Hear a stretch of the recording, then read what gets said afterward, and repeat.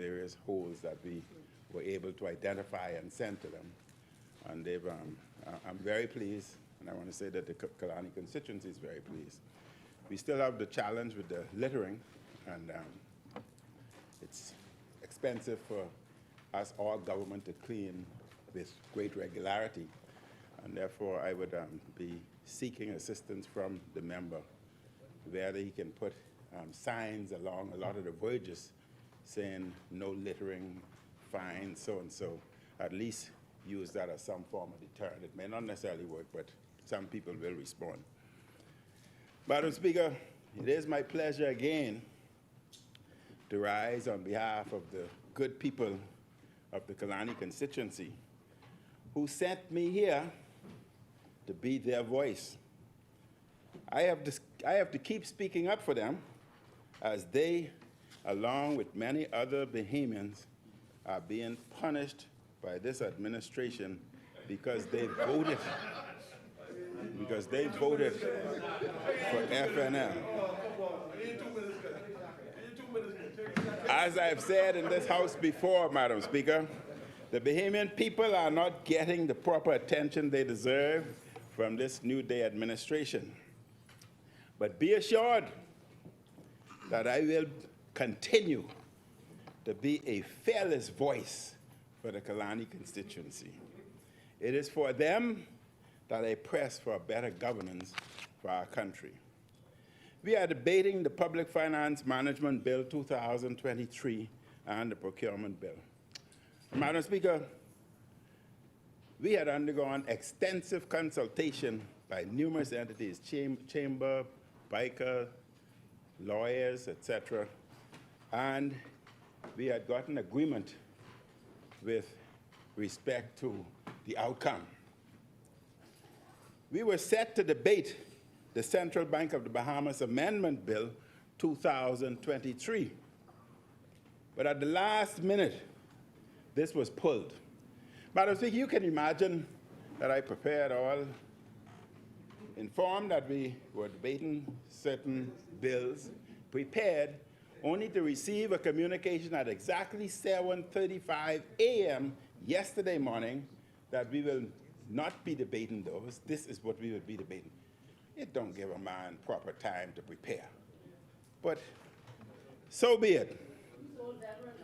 But at the last minute, Madam Speaker, at the last minute, we were to debate the Central Bank of Bahamas Amendment Bill 2023, but last minute this was pulled. The Fiscal Responsibility Act, and I want to read a part of it. The Fiscal Responsibility Act, and I quote, pulling from an article in the Tribune, August 2nd, 2019, and this is important. The Fiscal Responsibility Act establishes deficit and debt targets and safeguards to limit government borrowing. So, Madam Speaker, I don't know, it would appear that the members don't want to be limited by this act. The act, the report, is buried or brought at the same time as the budget, which means there would not be adequate debate on the report as opposed to another time. So I don't know whether it's premeditated. And why I use that word, I look at the Tribune, August 2nd, 2019, and I will table it. The article reads, the headline, PLP won't commit the Fiscal Responsibility Act. And I will table this. So I wonder whether it's premeditated, Madam Speaker. They said they won't commit to it. Opposition statements by my colleagues, the leader of the opposition and member of East Grand Bahama, outlined how the PLP made use of $232 million in IMF special drawing rights held by the central bank. The opposition pointed out that the administration's behavior was not supported by law. And this type of behavior by the New Day administration no longer surprises most Bahamians. Since coming to office, we had a case in which the Minister of Transport was being investigated by police for months for allegedly hitting a police officer with a car. Ultimately, months later, police said there was not enough evidence to proceed. This is the same minister, Madam Speaker, who has been giving out taxi plates like it's Christmas. She seems to think that these plates belong to her and the PLP, and that they can do whatever they want with public property. Despite numerous questions posed by me and other members of the opposition, we still have not gotten a clear and full answer from the Minister of Transport as to how many taxi plates she has issued since taking office. We have asked if the issuance of the plates were gazetted as required by law. We have also been unable to get a clear and full answer as to the number of plates issued.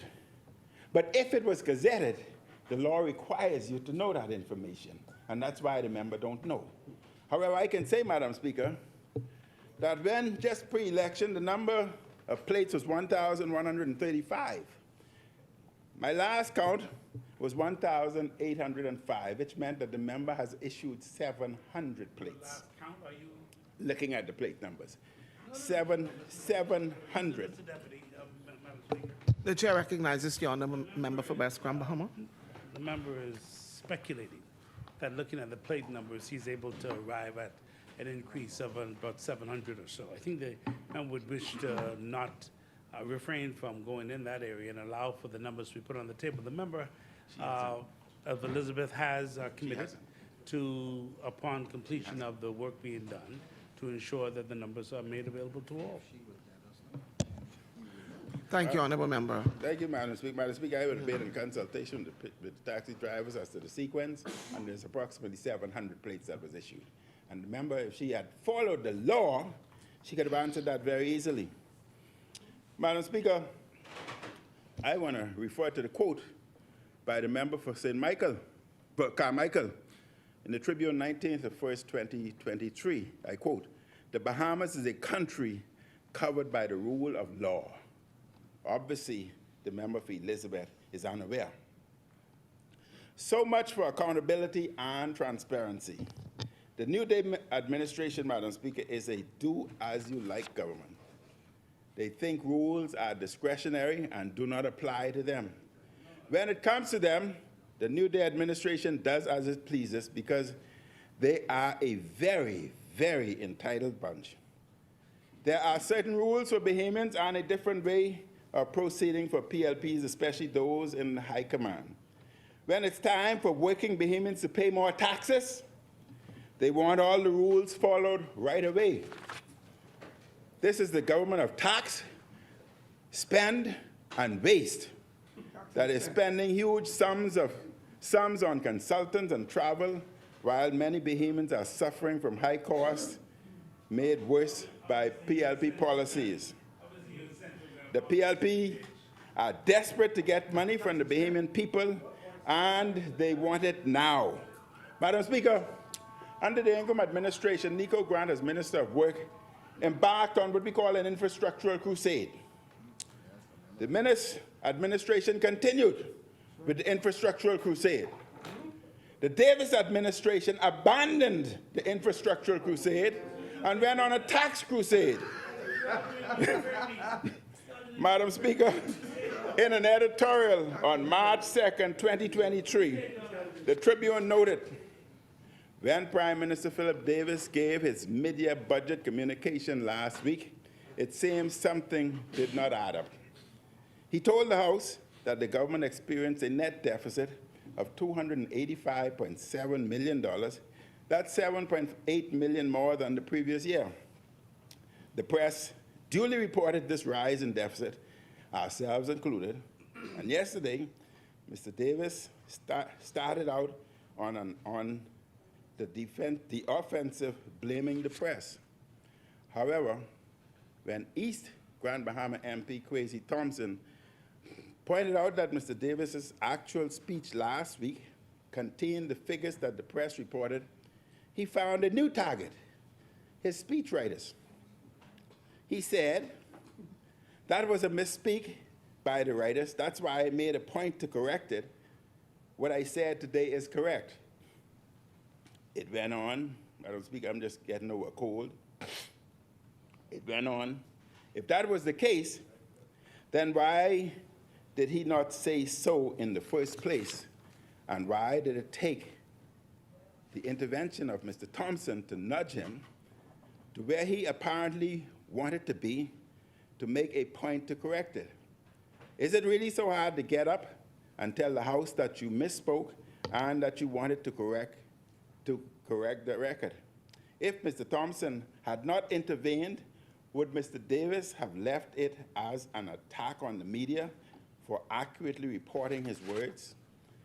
It went on. The difficulty with this is, of course, that we have already seen this administration show great reluctance for being forthcoming with the saga over whether or not Minister of Works Alfred Sayers saw the proposal on fuel hedging at BPL.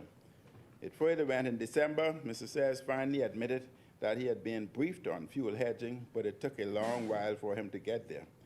The email was sent to him in October, but by his own admission, it was several weeks before he took some time while he was in New York to go through his emails and find that he had indeed received a briefing he denied in the House. The editorial continued. Ultimately, it is the Minister of Finance's words and his speech. The speechwriter doesn't carry the blame if the House is misled in any fashion. The person giving the speech does.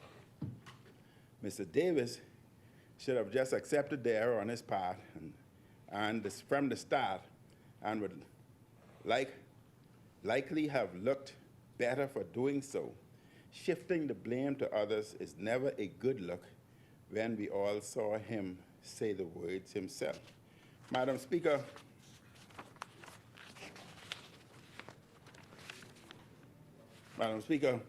it is expected that members should present facts and accurate information when they come to Parliament. This is especially expected of ministers. The Prime Minister is Minister of Finance. We are here debating financial bills. In the mid-year budget process, he presented inaccurate information to this House related to whether the deficit increased. The Nassau Guardian reported that the Minister of Finance said, the Minister of Finance, who is the Prime Minister, criticized the newspaper for reporting what he said, suggesting the information was incorrect. Our side pointed out that the newspaper just reported what he said. The Prime Minister had to correct himself, saying the deficit actually decreased. The Prime Minister was publicly embarrassed. He was forced to apologize to the newspaper. What is scarier is that the Minister of Finance did not know if the deficit was up or down. He was out of the loop about such a critical and important matter. Imagine, Madam Speaker, if he had said this in an international setting on the world stage during one of his many, many trips. He would have absolutely embarrassed himself and the Bahamas. Let us not forget how he seemed out of touch, out of the loop on the BPL hedge.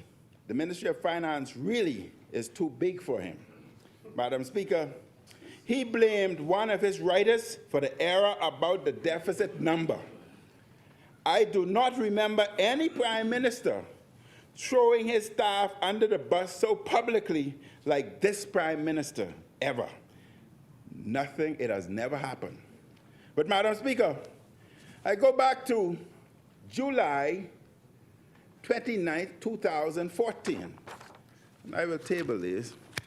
The headline, Cash accuses DPM, Davis, of throwing Prime Minister Christie under the bus. The now Prime Minister threw his Prime Minister under the bus in 2014, July 29. November 22nd, 2022, the headline, PM denies statement says made in House of BPL fuel hedge issue. He threw his minister under the bus. Then again in 2022, he threw the Financial Secretary and the Ministry of finance staff under the bus when he said he did not see certain things, but someone made the decision. And now he's throwing his writer under the bus. Madam Speaker, this clearly demonstrates that the Prime Minister has a history of throwing individuals under the bus. It's only a matter of time before you all get thrown under the bus. His staff writers are owed an apology, and they should be prepared to be thrown under the bus again when it is convenient for the Prime Minister to do so again. History is there, 2014 straight up. The issue is not the writer, it's the Minister of Finance. The Minister of Finance does not know his brief. He's too busy traveling. He's not familiar with the numbers. He reads speeches with information he apparently does not understand. You know, as Minister of Finance, I used to sit down with the FS and go through every word of that speech, especially languages that are not familiar to me. That's what leaders do. What else is the Prime Minister getting wrong? What else is he absolutely confused about? What else doesn't he know? If the Minister of Finance were familiar with the figures, if a mistake were made, he would have been able to see it and correct it immediately. This issue raises serious questions about the Prime Minister in his role as Minister of Finance. It raises serious questions about the credibility of what he says publicly and in this House. Instead of initially accepting responsibility, he blamed his speechwriter and he blamed the newspaper. This seems to be a pattern: duck responsibility and blame someone else. Big people and leaders accept responsibility. If he could get this figure wrong and come in here and read it out to the House of Assembly, what other numbers has he gotten wrong that may have slipped by? When he comes in here quoting numbers, saying that everything is great in the country, what should we make of that? Could this information be incorrect too? It has been clear for some time that the Ministry of Finance is too much for the Prime Minister. The Prime Minister himself stated in this House that the Ministry of Finance is a big ministry as an excuse as to why he had not read certain documents. The work is too complex for him. He's often missing from his desk, away on luxury trips with his traveling companions. He is not focused on the work. He does not seem interested in the work. The chair recognizes the honourable member for West Grantham. Traveling with his companions. Buddies. Let's just make sure we change the word. I change the word. I yield. I change the word. Buddies. He's not focused on the work. He does not seem interested in the work. The Prime Minister should fire. And listen to me. After what's going on, the Prime Minister should fire his Minister of Finance for lack of basic understanding of the Ministry of Finance. He should get someone else in there who understands the numbers and difficult issues. The member for Exuma has the qualifications. He has made plenty money in the financial service sector. You know, he once wanted to become an F&M, but he ended up over there. He was almost one of our candidates. The Prime Minister should choose the member for Exuma, member for Angliston, member for Fort Charlotte, member for West Grand Bahama, or even the member for Bain Town for the role as Minister of Finance. However, I know he won't do that. The financial reforms we are debating today will only be properly led if there is someone more involved in the Ministry of Finance. This Prime Minister has demonstrated over and over again that he is not the man who should be leading our financial ministry. We are experiencing unprecedented delays and problems in inland revenue, including a backlog of Bahamians getting various compliance certificates and business licenses late. The country deserves a more capable, serious, and hands-on finance minister. And unfortunately, there seems to be someone else who is large and in charge. Who is really in charge of finance? It does not appear to be the Prime Minister. Bahamians have concerns about giving this administration more power over their money and the public finances, as these two bills will do. Trust is at the heart of good governance. Political parties and leaders set out their agendas during election campaigns. They say what they are going to do and set the tone for how they would govern if elected. And this New Day administration made many promises while campaigning. In their blueprint for change, they promised action on immigration, crime, a revolution in education, a master plan for each island, and many other lofty initiatives. Since winning the last election, these plans seem to have fallen by the wayside. There's been a crime crisis in New Providence throughout their term. Illegal immigration appears to be at record levels. There's been no revolution in education. Where are the master plans to develop each island? What has emerged as the governing ideology of this PLP under the Prime Minister is tax the people and give the PLPs. From the Brave Davis basket tax, the BPL increase, to the impending NIB increase, to trying to get money from people doing short-term vacation rentals, to possibly adding VAT to health insurance claims, this PLP is all about getting more of the people's money. The people might understand if they saw their money going towards initiatives that benefit them, but they don't. All they see is the money going to PLPs. PLP consultants, PLP business people, PLP contractors are all over town boasting about how good things are. Before this election, some of them were living in their mummy's home, Madam Speaker. Now they're moving into gated communities. The New Day administration has been so good to them that they have parked their old cars and are walking into dealerships for brand new luxury vehicles. Few solid ideas are coming from the New Day administration. Not enough real in-the-ground investments are happening. Madam Speaker, like the PLP's old playbook, they are making big announcements about all kinds of investments, a few of which will ever materialize. All the PLP knows how to do is tax, tax, tax, and more tax. When the COVID-19 pandemic shifted phases, the economy opened up again. This growth began on the FNM's watch, despite the Minister of Finance repeatedly and incorrectly claiming that the country was in recession when they were elected. His false claim has been debunked and discredited over and over again. As The Guardian noted in a January 25th editorial, I quote, "It remains incredulous that Prime Minister Philip Davis continues to maintain that he met the Bahamian economy in severe recession when he came to office September 21.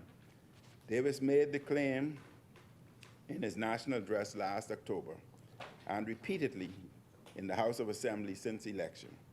He most recently repeated it at the Bahamas Business Outlook last week. This claim is outlandish. It is false. No amount of repeating it will make it a fact. In fact, the economy grew by 14% in 2021, during which his administration was in office for only the last 3 months of that year. In the months prior to September 21, the central bank documented a recovering Bahamian economy, and in the report for that September, it noted tourism output further strengthened. containing a more pronounced rebuilding of seasonal business as the year progressed, attributed to improved vaccination efforts, both locally and internationally. The out-of-touch, out-of-loop Minister of Finance should apologize to the House for repeated misstatement and factual error. Does he intend to blame his writers for this also? Or will he blame a newspaper?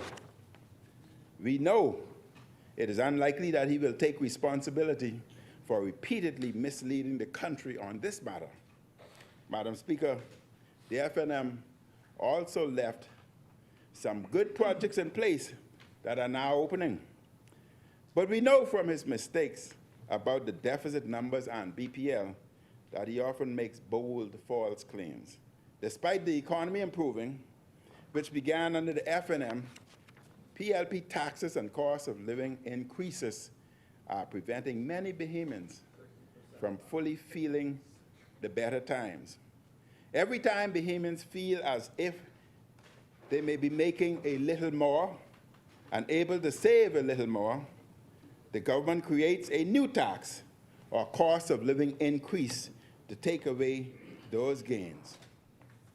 I went to the supermarket the other day, Madam Speaker, and I spent $178. And I walked out with a little bag, $178.